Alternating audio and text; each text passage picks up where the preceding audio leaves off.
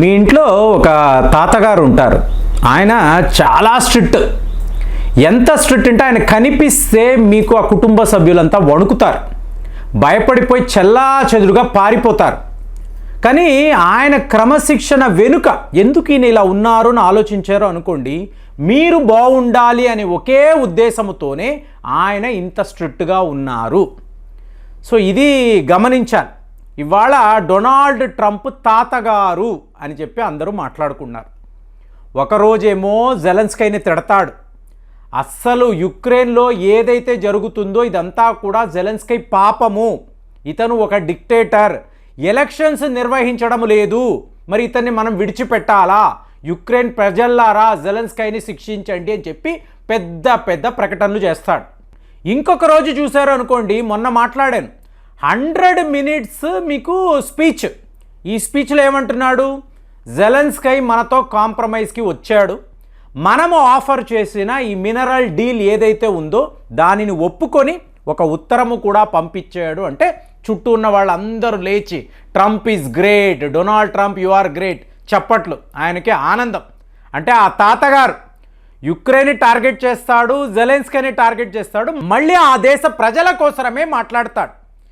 ఇప్పుడు నిన్నటికి నిన్న ఏం జరిగింది అంటే, రష్యా అధ్యక్షుడు వ్లాదిమిర్ పుతిన్ యుక్రెయిన్పై విరుచుకుపడండి అని చెప్పి ఒక ఆర్డర్. సో దాంతో రష్యా వైపు నుంచి పెద్ద పెద్ద విమానాలు, మిజైళ్ళు, మీకు తీవ్ర స్థాయిలో దాడులు. ఇప్పుడు డొనాల్డ్ ట్రంప్ గారిని అడుగుతున్నారు, ఎవరు, బ్లూంబర్గ్కి సంబంధించిన రిపోర్టర్, అయ్యా మీరు ఇంత మాట్లాడారు కదా, యుద్ధాన్ని ఆపేస్తానన్నారు, జెలెన్స్కీ గారిని పిలిచారు, ఓవల్ ఆఫీస్లో గొడవైంది, నిన్నటికి నిన్న మినరల్ డీల్ కూడా కుదిరింది అన్నారు కదా, మరి మీ ఫ్రెండ్ పుతిన్కి ఫోన్ చేసి చెప్పాలి కదా, ఒరే నాయనా ఇలా దాడులు చెయ్యకు, యుద్ధాన్ని ఆపేసేయి, మనము కూర్చొని మాట్లాడుకుందాం చెప్పాలి కదా. అంటే ట్రంప్ గారి వెర్షన్ ఏంటో చెప్పమంటారా, ఆశ్చర్యపోతారు. పుతిన్ గారు చేస్తున్నది 100% కరెక్ట్ అండి. ఎవరైనా కూడా తమ దేశాన్ని కాపాడుకోవడానికి ఇలాగే చేస్తారు. రష్యా చేస్తున్న దాన్ని పూర్తిగా నేను సమర్థిస్తున్నాను.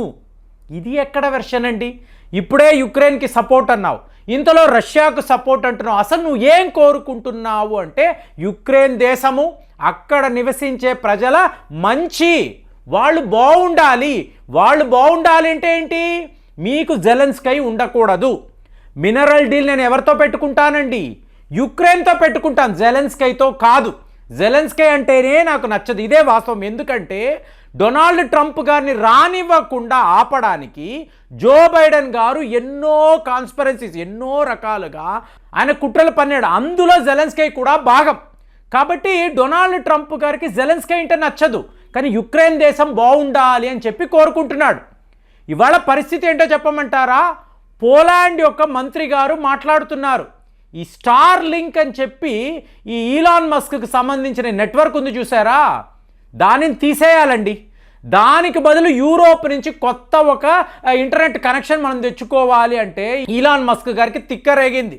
సరే స్టార్ లింక్ నేను తీసేస్తాను యుక్రెయిన్ నుంచి, 4 రోజులు కూడా యుక్రెయిన్ యుద్ధము చెయ్యలేరు.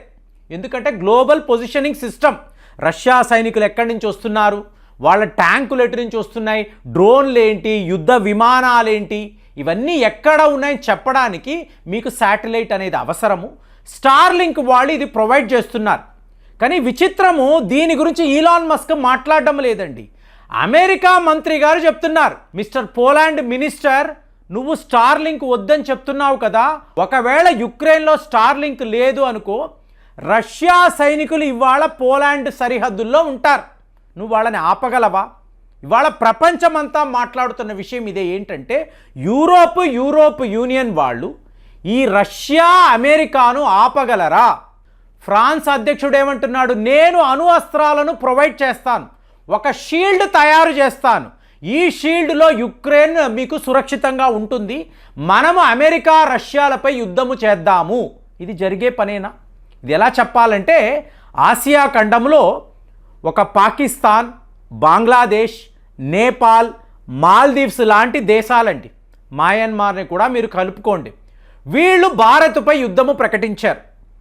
ఇంతలో చైనా వాళ్ళు ఏం మాట్లాడుతున్నారు అంటే, పోయిన వీడియోలో చెప్పుకున్నట్టు మనం కలిసిపోదామండి, అంటే హిందీ చీనీ బాయి బాయి, ఇది వాళ్ళు చెప్పారు. కలిపేసుకున్నాం, చైనాను మనతో కలిపేసుకున్నాం.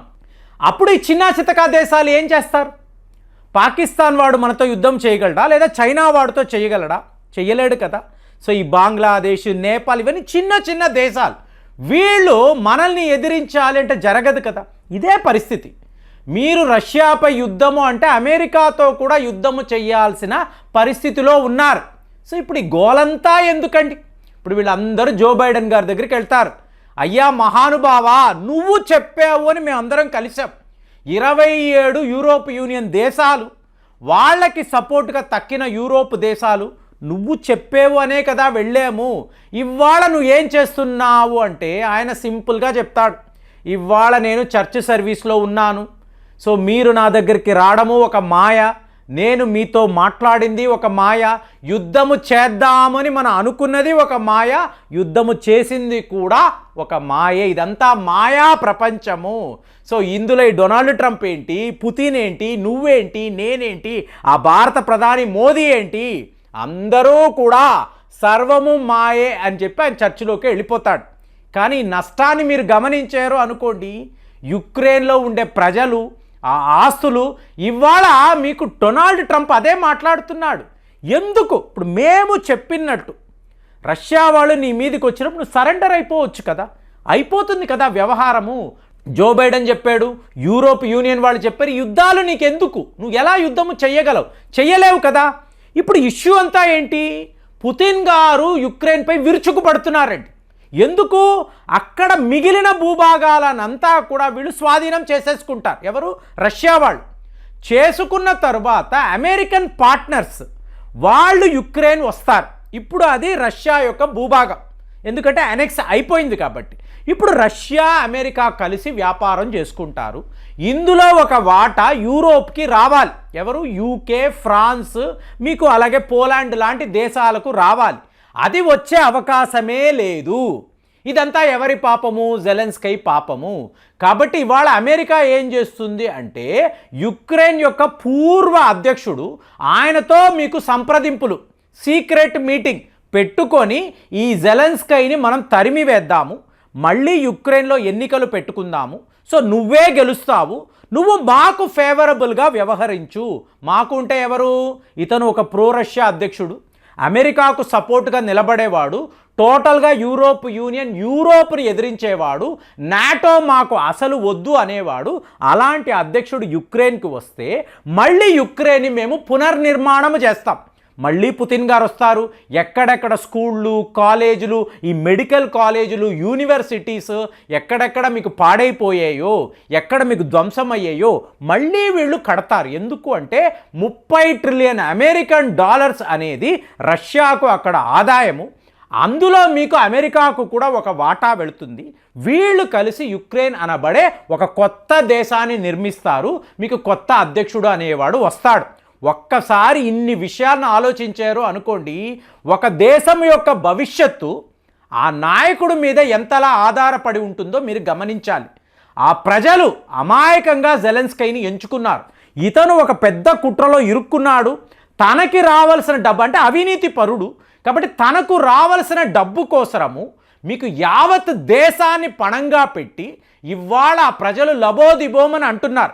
ఈ మధ్యలో యూరోప్ వాళ్ళు, లేదు యుద్ధం ఆగడానికి లేదు, మా ఆయుధాలు మా బడ్జెట్లు ఇస్తాము, అవసరమైతే భారత్తో డిఫెన్స్ స్ట్రాటజీ ఒప్పందాలు పెట్టుకొని భారత్లోనే ఆయుధాలు తయారు చేస్తామని చెప్పి యూరోప్ యూనియన్ కమిషన్ యొక్క ప్రెసిడెంట్ చెప్పడము, మాకు ఎందుకురా యుద్ధాలు అని చెప్పి మోదీ గారు కూడా చెప్పడం, ఇన్ని చూశారు అనుకోండి.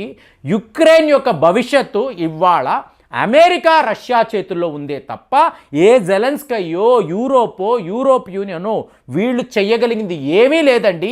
ఇరు అగ్రరాజ్యాలు కలిసిపోయి యుక్రెయిన్ని కాపాడాలని చూస్తే ఈ యుద్ధం ఇప్పుడు అవసరమా? జెలెన్స్కీ గెలవలేని యుద్ధము చేస్తున్నాడా? ఆలోచించండి. ఆలోచించి మీరు కూడా కామెంట్స్లో తెలియజేయండి. మళ్ళీ వచ్చే వీడియోలో కలుద్దాం. జై హింద్.